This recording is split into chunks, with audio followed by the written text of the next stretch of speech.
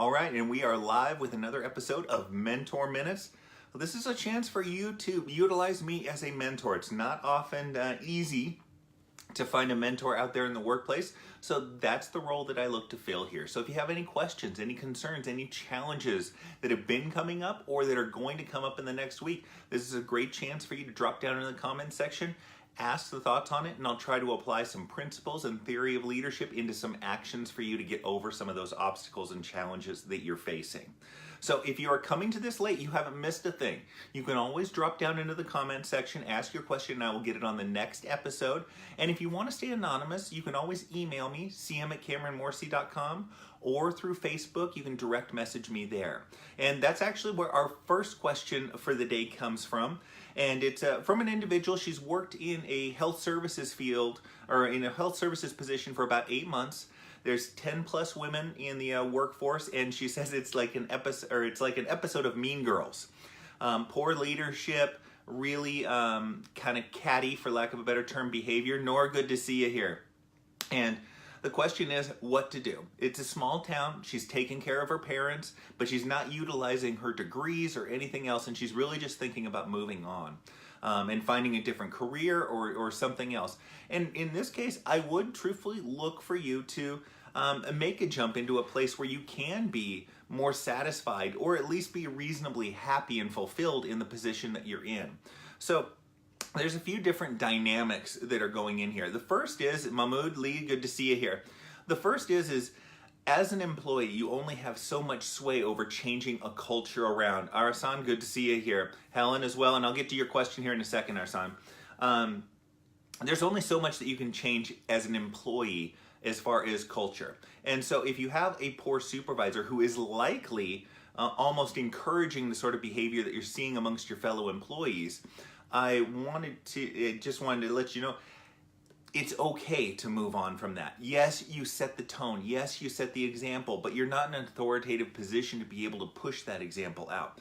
I personally ran into this at a point in my career where I realized 2 or 3 months into the job, it was about 3 months into the job, that I had made a mistake and that the culture of the organization wasn't going to change because the executive leadership was set in a certain way and there wasn't going to be a way for me to turn it around. And I was actually brought in to try to turn some of that culture around. But it turns out the person that hired me and the CEO was actually the issue. And it's tough to get over that particular hurdle. So I would look elsewhere.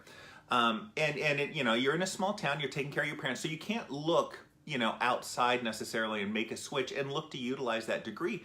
But what you can look to do, and Michael, good to see you here, what you can look to do is look for some small way to freelance in some way, shape, or form with that marketing degree that you have. Look on Elance, look on Fiverr, just look at something. What I want you to be doing is I want you to be exercising that just a little bit, and it's almost exploring it to see whether you like it, to see whether it's a passion for you. And so it may not be your full-time job. You can consider it a hobby, quite frankly, because you probably, freelance initially won't be making much money on it. But that would be something to do to kind of fulfill yourself a little bit. While you're in that situation and taking care of your parents in that small town, you can have the job that just puts, food on the table, but you can kind of exercise that passion and that interest for marketing. You do have cities, reasonably sized cities that are around you. You can look for little jobs there. They like that proximity. So sometimes while, people aren't interested in having remote workers or freelance workers, if they have somebody that's within 100, 200 miles, they're more secure in that for some reason. So look for positions, look for freelance jobs, just explore that a little bit. That might be my big encouragement for you. Raj, Justin, so good to see you here. As we've queued up some people here, if you have any questions, any challenges, anything that went wrong in this last week or anything you're not looking forward to, a hurdle, a challenge, an obstacle you're facing in the coming week, or just something that you're tired of dealing with, you've been dealing with for months and it's time to put a stop to it, drop it down into the questions and we'll go ahead and take care of those here. Arsalan, there, I got the name right, hopefully. I just wanted to thank you for your advice, thank you. Team building helped us a lot. I'm glad that helped out, Arsalan, with team building. And it came up earlier this week, and we'll see if Luke pops on here. I think I'll get an update from him. It happened earlier this week. another viewer, Luke, took the advice and did a team building activity. One of those, I imagine, one of those silly 5-minute ones you can Google and find, and they're great. But it failed miserably. The comment was, I'm not going to be doing that again. And my encouragement is actually when you're talking about team building, you need to talk about it as a continuum. All right? It isn't a weekend away where you do some sort of team building retreat. It isn't, a bowling outing after work once a quarter. It is something that is continuous. So my advice back to Luke was, yeah, sure, I'm not surprised that the team building activity didn't go well the first time you did it. You probably got a whole bunch of rolled eyes. Nobody was buying into it. Everybody thought it was a joke. Everybody thought it was silly. But if you do that same thing, have the perseverance to do that same thing a second week in a row, a third week in a row, a fourth week in a row. What happens is that activity resonated for maybe 10, 25% of your staff. The next one is going to resonate with 10, 25% more. And pretty soon, all of a sudden, people start putting the pieces of the puzzle together and realizing they actually are learning something about their fellow coworkers. They are seeing a benefit from it because they're referencing the stupid thing that they did on Monday throughout the rest of the week. It actually brings the team together a little bit. So much of team building activities, and where I see leaders fail, is they're looking for that one-off solution. And that's not going to take place. That's not going to get you the sort of results that you're looking for. You want to try it week in, week out, every 2 weeks, every month. If you do a staff meeting once a month, start it out with a 5-10 minute team building exercise, but do it every single time. And the walls break down, people stop feeling so stupid doing it, and people start realizing the benefit of it.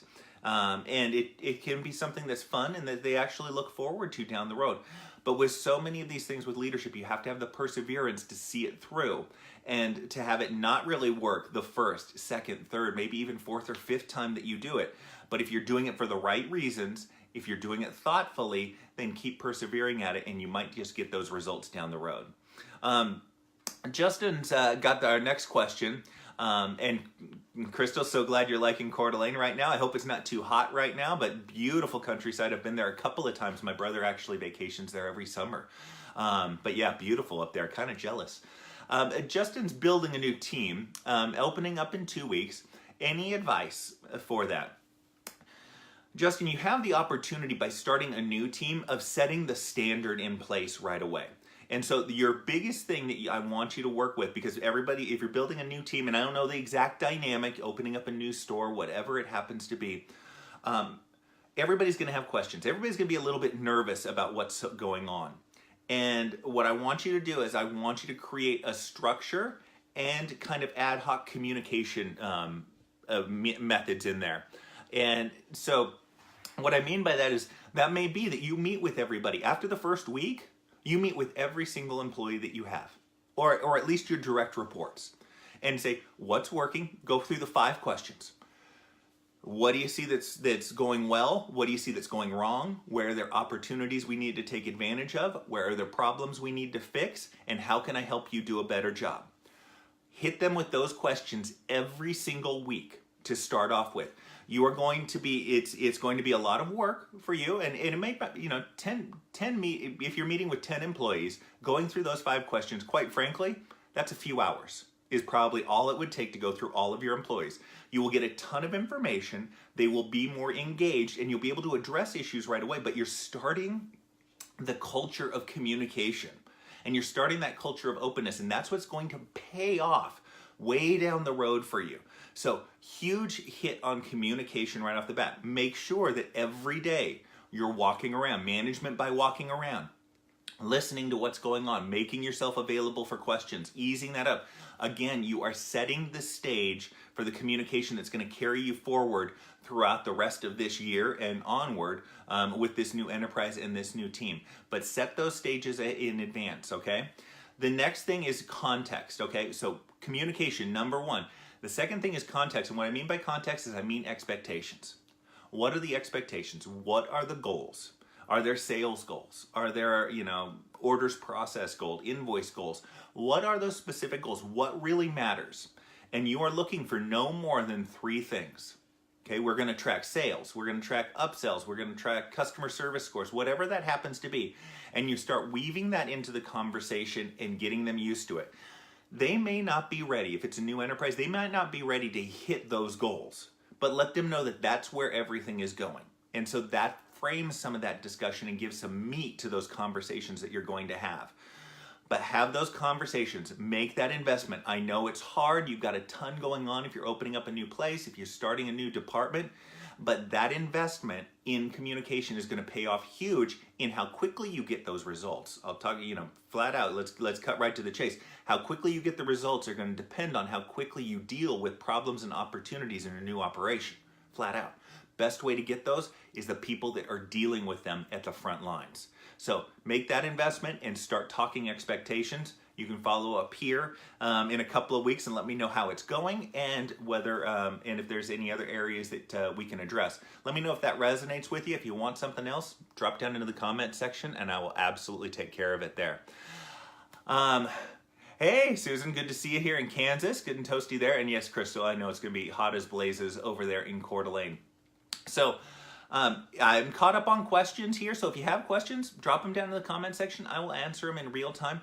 There was a question that came through yesterday. I was discussing the book Radical Candor, and it was actually a fantastic book. The concept of radical candor was covered really in the first 40 or 50 pages. It's by Kim Scott. But then she went through the next 150 pages of almost just highlights of knowledge that she's picked up throughout her career, and there were a ton of really good little nuggets. It was interesting. There was a great sentence that was kind of buried in a larger point that went on for a few pages, and I just went through underlining a ton in that book. So there was a lot in it, but one of the questions that kind of came through in the middle, and I wanted to address it here as well. Lauren, good to see you here in New Hampshire. Very nice. Beautiful country up there. Was how do you handle gossip and drama in the workplace? And gossip and drama take place usually first and foremost because of a lack of communication and information flowing through the organization. That's the big hint that you need to communicate more. Okay? The second aspect of that is that the people aren't mixing themselves up. Cliques are usually forming. And so you need to look for ways to address that. So two things in regards to communication and dealing with that drama and that gossip. Okay, so I want you to start having weekly meetings on where the organization is going. Employees love hearing about those big picture things, where the organization is heading, how they're doing. So what went right in the prior week and why, and what went wrong in the prior week and why, and then what we have to look forward to in the future.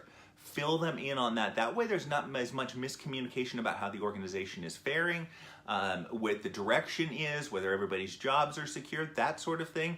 That's hugely important.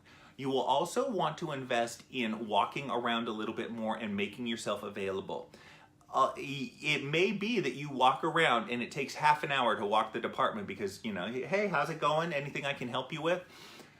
Getting involved and seeing the dynamics that are out there, picking up on some things is something that can be hugely valuable in seeing who your social butterflies are. And you make sure that you are engaging those social butterflies that might be starting the drama, that might be starting the gossip, and making sure that they are well informed.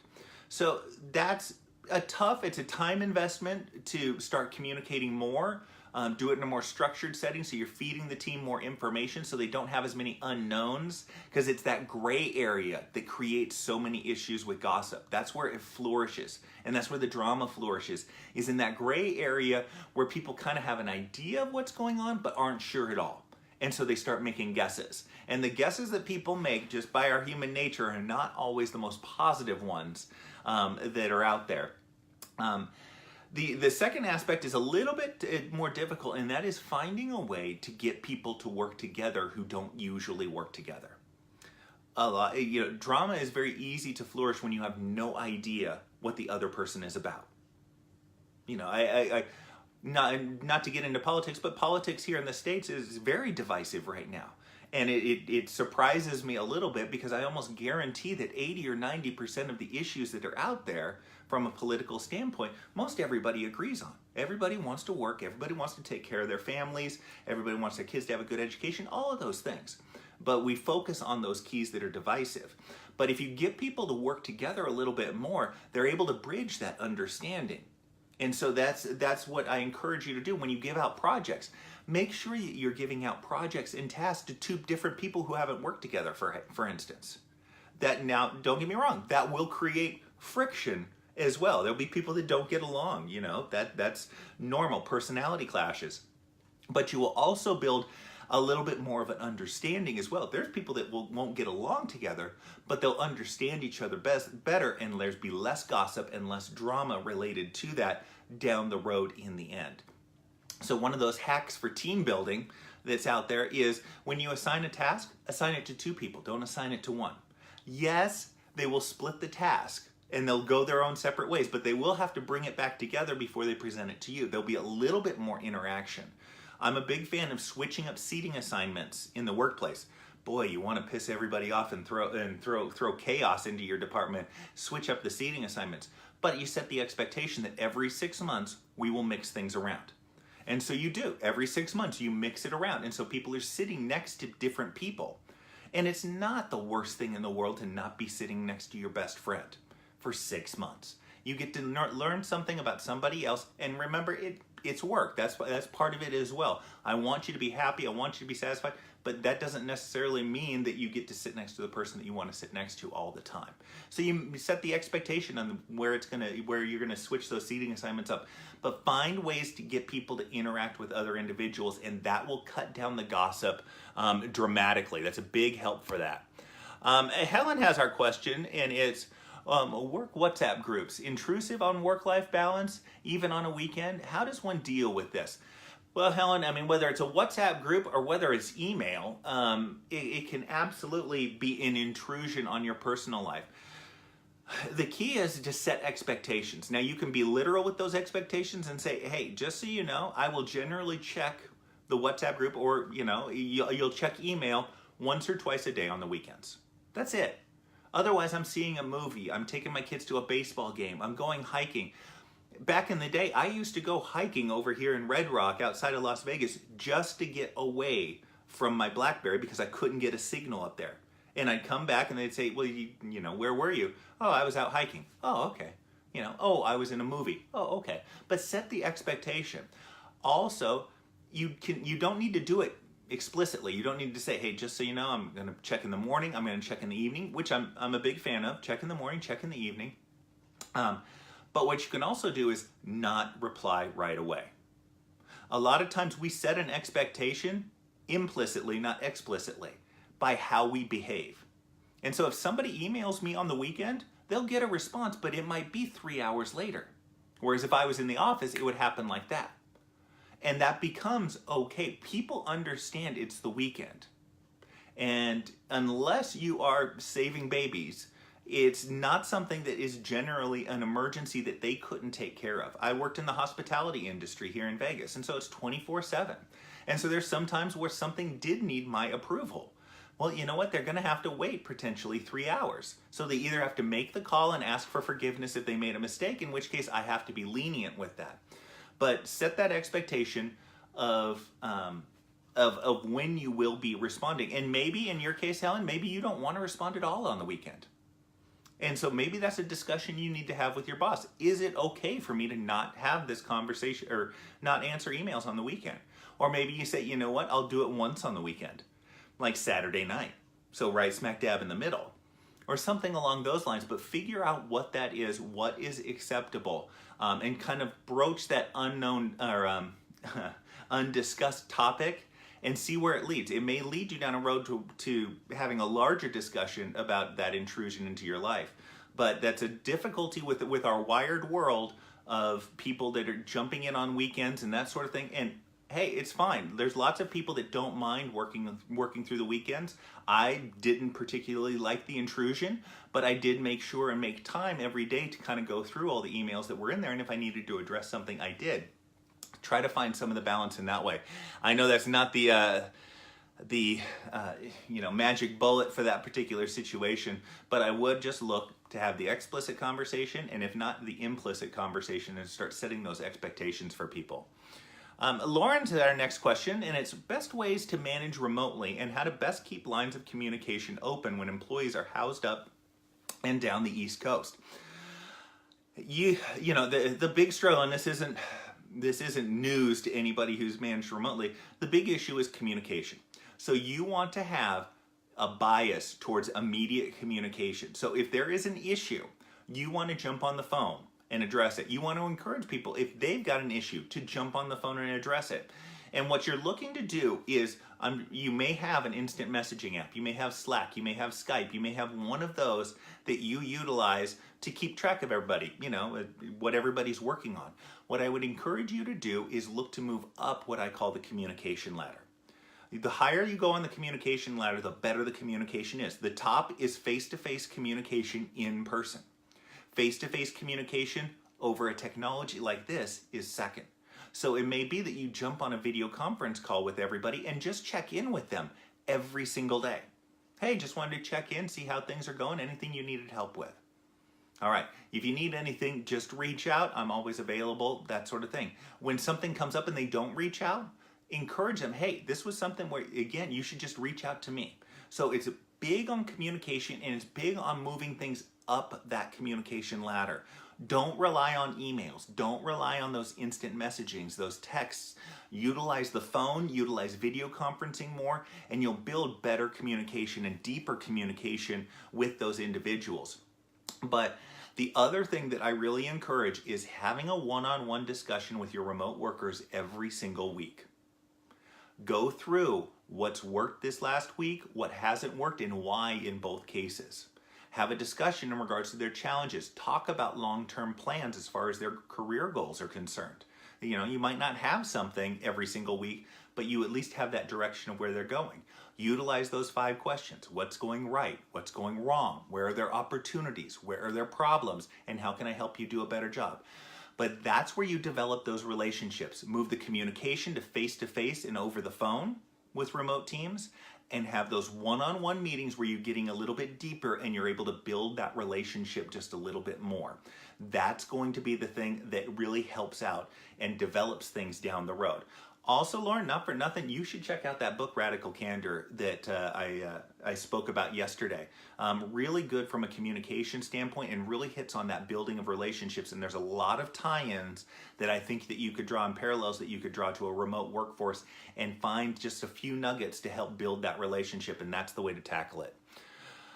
Nicole has the next question. How do you work with a micromanager? Walk away as another employee. I don't understand that last part there, walk away as another employee. How you deal with micromanagement, the hack that I have for that is updates. So if you have a micromanager who's over you, or you're dealing with it sideways with you, or you're dealing with your own micromanaging tendencies, look to set up updates. So what you do is, okay, you know what, you've given me this task. How about I give you an update on this in 4 hours? Or how about I give you an update on this tomorrow at 9 o'clock? So you set a specific time to have an update. So they're not hovering over your shoulder. They're not bombarding you with updates. You both know when you're going to update them. Then you make sure that at that very specific time, you show up, you're building trust here, and then you update them on what's going on, you get the feedback, and you get rolling from there.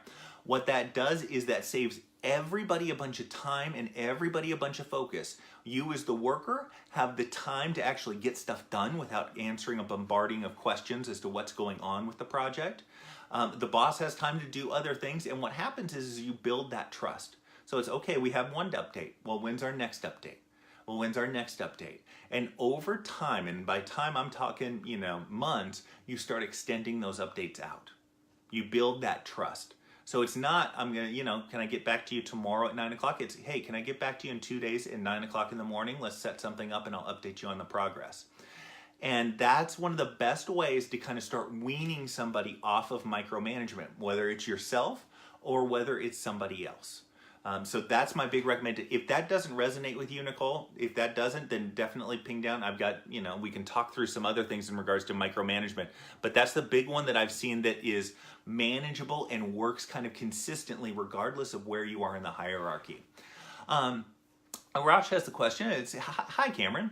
I'm about to start my new role, or my role as an operations supervisor in a new company. I'm excited and nervous at the same time. Any advice on what should I be doing the first week and or month what to prioritize. Fantastic, Rosh. So I've hit on it twice so far in this live session, and I don't think I mentioned it almost at all this week, so I guess we were due for it. What you want to prioritize is within the first week, possibly 2 weeks, depending on what's going on, you want to meet with every single one of your direct reports. All right, you are coming up to speed. You need, regardless of whether it's the exact same role you had in another company, in the same industry, you want to understand the environment and the challenges that you're dealing with in this new role, in this new company. The best people to give you that are your direct reports. So I want you to meet one-on-one with every single one of your direct reports. You will ask them 5 questions. What do you see going right in the organization? What do you see going wrong in the organization? Where are there opportunities we need to take advantage of? Where are there problems we need to fix? And how can I help you do a better job? If you meet with every single one of your employees and ask them those questions, what's going to happen is over that first week or 2 weeks, however long it takes, you are going to get a bunch of low-hanging fruit that you can take care of. You're going to get a bunch of big, broad things as well, but you're going to get some low-hanging fruit. I want you to spend the next week or 2 weeks tackling that low-hanging fruit, taking action on some of the feedback that you've gotten from your employees. All right, take care of the easy stuff first. All right, what that does is that shows them that you're interested in their feedback and you are willing to take action on that feedback. Now, what you do then is after a month goes by, you ask them those questions again. And you'll get a whole lot more because people see that you're taking action on it. But what also happens over the course of these discussions is it helps you prioritize. You ask me what to prioritize, I don't know, but I guarantee your team knows what those priorities are or can give you the information that lets you fix what those priorities are. So meet with your team first and foremost. Preferably try to do it in the first week. Set the tone. As I talked about earlier, setting that tone for communication. So gather information for the first 2 weeks. Take some actions, simple actions that have been brought up by them, not grand ideas that you necessarily had moving into the role over the next couple of weeks, and then look to reprioritize and start working on larger things after 1 month. That's what I've seen work over and over again. It gets you up to speed as quickly as possible. You'll find out a whole bunch of issues that you weren't aware of and wouldn't be aware of if you didn't have these conversations. Let me know if that works for you and let me know how it goes. And by the way, congratulations, not for nothing there. Helen, glad you liked it. Vicky, good to see you here. Hazem, Nancy, and yes, it was fantastic. Care personally and challenge directly. For those that didn't tune into the discussion yesterday on Radical Candor, what she is talking about there is really 2 factors, and Nancy hits on it there. Care personally and challenge directly. When you can demonstrate that you care and when you can challenge people directly, that is radical candor. What happens too often is we care as leaders. We care personally about our team, but because we care so much, we don't challenge them directly. And Kim Scott, the author, calls that being ruinously empathetic. And she has a great anecdote. It's a Russian anecdote where a person has a dog and they discover that the dog needs to have the tail amputated, but they care so much about the dog that they just cut off 1 inch a day until the tail is gone.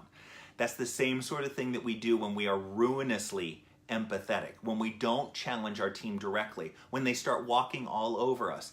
They think that we're nice, they like working with us, we're a likable person, but they're not developing. And over time, that creates huge problems because we as humans want to develop, we want to be growing, and when we don't, we realize that we are probably being left behind, and that makes us insecure and creates whole problems down the road.